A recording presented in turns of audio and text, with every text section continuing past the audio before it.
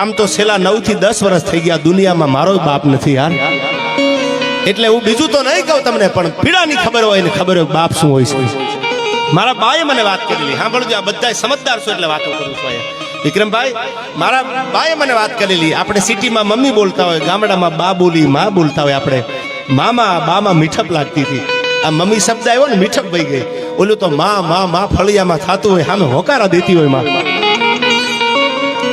મારા ફાધર મજૂરી કરતા હતા સિમેન્ટ પાઇપના કારખાનામાં. કલાકાર તો હું કાલ બન્યો માતાજીની કૃપાથી. સિમેન્ટ પાઇપના કારખાનામાં મજૂરી કરતા. એ મારા ગામથી 4-5 કિલોમીટર ગામ હતું. સાયકલ લઈને જવાનું અને સાયકલ લઈને રાતે 9 સાડા 9 10 વાગે સિમેન્ટ પાઇપના કારખાનામાં કામ કરી અને ઘરે આવ્યા. અને જમવાનું તૈયાર કરવાનું હતું. એમાં ચાની તપેલી હતી કે પાણીની તપેલી કે દૂધની તપેલી. એ દૂધની તપેલી જે હતી ગરમ દૂધની, એમાં મારી 1 વર્ષની ઉંમર મારા બાએ કરેલી વાત. તમે ઘરના છો, એક શ્રદ્ધાંજલિ દેવા વિનુભાઈને મળ્યો છું ત્યારે મારા પોતાના ઘરની વાત કરું છું. બાપની પીડા કેવી હોય છે સાંભળજો. એ સાયકલ નીચે મૂકી, બાઇક હોય તો સમજે થાક ન લાગે. પેડલ મારીને 5-7 કિલોમીટર થી તમે આવ્યા હોય, થાક લાગ્યો હોય, અને બરોબર સાયકલ દિવાલની યાર એમ ટેકે મૂકી.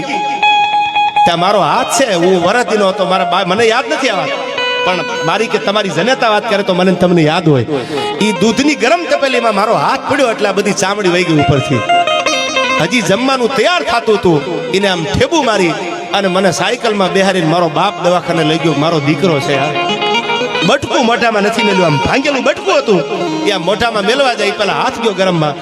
આ મારા એકની વાત નથી, હરેક ઘરે બાપની પીડા અને બાપનો પ્રેમ હાથ છે, એટલું યાદ રાખજો.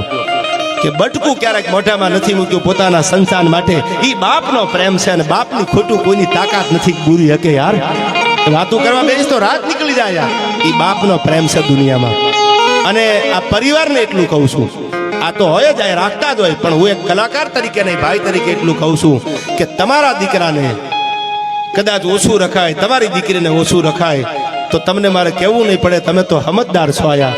કેજીને ટકોરા કાપી હોય, પણ જોજો વિનુભાઈની દીકરીને ઓશિયાળું આહુડું ન પડે યાર. એ તમારી ફરજ બને છે, અને ફરજ ન ચૂકે ને એને દુનિયામાં કોઈની તાકાત નથી ઘરાવી શકે યાર. શું કામ? ભરતને યાદ કરવો પડે છે અટાણે. તો ન કહી દે અત્યારે 1 કરોડ હાટું 2 કરોડ હાટું થઈને દિવાલું ફળિયામાં પાયા ખોદાય છે. 2 કરોડ માટે, 5 કરોડ માટે જિગ્નેશભાઈ પાયા ખોદાઈ જાય કે તમારી પ્રોપર્ટી મારી પ્રોપર્ટી હાટું. અયોધ્યાની ગાદી જેમ લોભિયા માણાના ઘરે મહેમાન રજળતા ને, એમ અયોધ્યાની ગાદી રજળતી હતી કે મારા ભાઈ વગર હું ગાદીએ ન બેહું. ભલે કઈ કીધું, મારી જનેતાએ ભલે કીધું, પણ મારો ભાઈ નો જો ગાદીએ બેહું તો હું ખદડો ગણાવું. ભાઈ વગરનું બેકાર હવે મને કડવું લાગે કાગડા. ભાઈ વગર મારાથી ગાદીએ ન બેહાય. સાહેબ, આ પ્રેમ છે. ત્યારે જાજી વાતો મારે કંઈ કરવી નથી. સમયના અનુસંધાને બધાય કલાકારોને સાંભળવા છે. બધી વાતો વીરરસની કરતો હોઈશું, પણ આજ વીરરસ કરવાનો માહોલ નથી યાર. આજ તો શ્રદ્ધાંજલિ દેવા માટે આવ્યા છીએ, શબ્દોની શ્રદ્ધાંજલિ. જ્યાં પણ વિનુભાઈની દિવ્ય ચેતના હોય ને ભગવાન ભોળોનાથ, ભગવાન શિવ, ભગવાન રાઘવેન્દ્ર સરકાર એના દિવ્ય આત્માને શાંતિ આપે.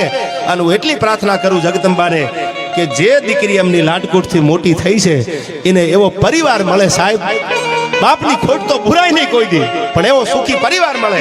અને જગદંબાના ખમકારા એની ઉપર કાયમ 9 લાખ લોબડિયાળીના વરસ તારે અને ટાણું આવે. ત્યારે મને છેલ્લી વાત કરી દો આયા કે જાહલ ચોરીએ ચડી, માંડવામાં જાહલ હતી અને જવતર હોમવા માટે ભાઈને બોલાવ્યા. આપણા હિન્દુના નિયમ છે કે ભાઈ હોય, કાકાનો દીકરો હોય, હગો ભાઈ હોય, જવતર હોમમાં માંડવી આવે. અને તેથી કીધું કે જવતર હોમવા માટે બોલાવો. તેથી 9 સોરઠનો ધણી, એક તાલુકા પંચાયતના પ્રમુખને, એક તાલુકાના અધિકારીને, એક તાલુકાના જજને, એક તાલુકાના પીઆઈ કે ડીવાયએસપીને જિલ્લાના તમારે મળવા જવું હોય તો શર્ટના બટન બંધ કરવા પડે, ડિસિપ્લિનમાં જવું પડે, નિયમ ફોલો કરવા પડે. સાહેબ, આ તો 999 પાદરનો ધણીરા નવઘણ. અને કીધું જાહલને ચોરીએ ચડાવી દેવા બોદનની દીકરીને. તેથી જાહલ માંડવામાં જવતર હોમમાં આવ્યો. સડપ સડપ સડપ સડપ મોજડીઓનો અવાજ આવે છે. બે બાજુ આમ પોતાના માણસો રાજના હતા, માંડવામાં પગ દીધો. જાહલને જવતર હોમતા હોમતા નવઘણ એટલું બોલ્યો, બેન, એ જાહલ, હું તો તારો જીભનો માનેલો ભાઈ, કે તું તો મારી જીભની માનેલી બેન છો. બેન, આ જવતર હોમમાં નથી આવ્યો કે તો જુનાણાની ગાદી આપી દઉં. કે ના બાપા, કાંઈ નથી જોતું.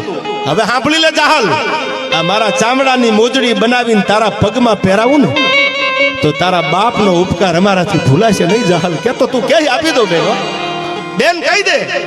અને તેથી માંડવામાં પરણવા ઉભેલી ડાય દીકરી જહાલ એટલું બોલી હતી કે નવગાણ મારે જુનાગઢની ગાદીની જરૂર નથી, મારે તારા ચામડાની મોજડીની જરૂર નથી, તારા હીરા ઝવેરાત માણેકની જરૂર નથી. તો કે જેદી ટાણું આવે ને તું ભાઈ છો મારો, જેદી ટાણું આવે મેં તને રાખડી બાંધી છે, હુતરનો તાતણો બાંધ્યો છે, જેદી ટાણું આવે ને તેથી મોડું ન કરતો તેથી કાપડું દેવા આવજે, બાકી મારે જુનાણાની ગાદીની જરૂર નથી યાર. જુનાણાની ગાદીની જરૂર હોત ને તો મારો બાપ હાથમાં તરવાર લઈ અને 12,000 આયરો તેથી યુદ્ધના મેદાનમાં ઉતરી ગયા. આ દીકરી છે, સાંભળી લીજો. ભાઈમાં ક્યાંક ભાગ પાડવામાં ડખા થયાના દાખલા છે, પણ બાપની કરોડોની સંપત્તિ સામે આડું ઓઢણું કરી, આડી લાજ કાઢી, ચૂંદડીનો છેડો ઢાંકી અને આ દેશની 18 વર્ષની દીકરીઓ હાલતી થઈ ગઈ છે. ગાડી હોય તો ગાડીમાં બેહી ગઈ છે, બળદગાડા હોય તો બળદગાડામાં બેહી ગઈ છે, અને કંકુવાળા બે થાપામાં દિવાલે મારતી ગઈ છે. તને કરોડ દિવાળી તારા રાત તપે મારા ભાઈ, મારે કાંઈ નથી જોતું. આથી સમર્પણ બીજું કયું હોય દીકરીનું? આથી દીકરીનો ત્યાગ કયો હોય? એટલે હું બધાને કહું છું કે તમારા કરોડોના સમયને કાઢી એક બાજુ મૂકી અને રક્ષાબંધને તમારી બેનની આગળ બેહીને બે હારી વાત કરજો, એના દુઃખના સમાચાર લીજો અને દીકરી માથે વાલપનો હાથ ફેરવજો.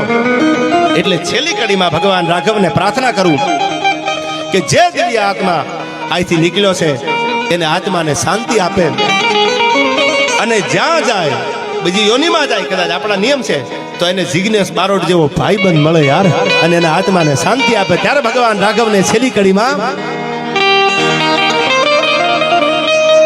રઘુકુળ ભૂષણ રામનું ગાદી તણું મૂરત હશે,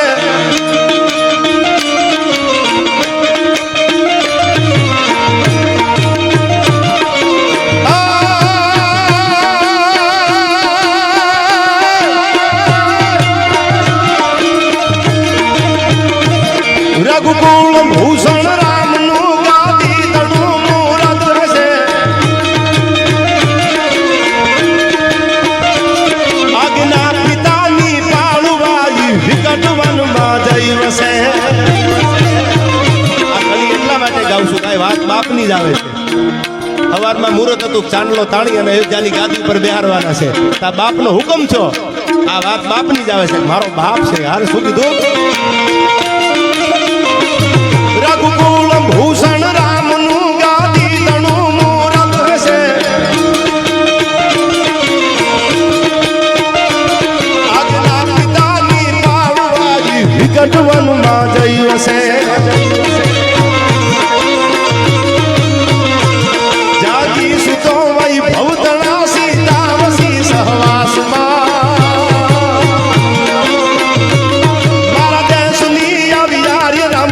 અમર છે ઇતિહાસમાં ભાઈ, અમર છે ઇતિહાસમાં.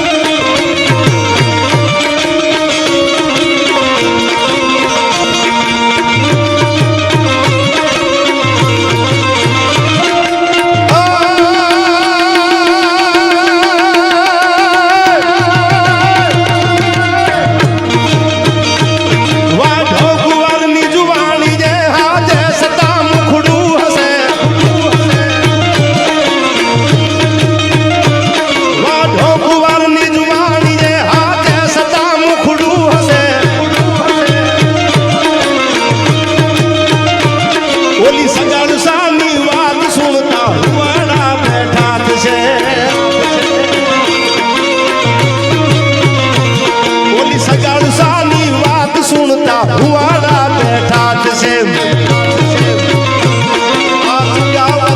શીશ કાઢ્યું હરખ ને ઉલ્લાસમાં. મારા દેશની આવી રમણી અમર છે ઇતિહાસમાં ભાઈ, અમર છે ઇતિહાસમાં ભાઈ, અમર.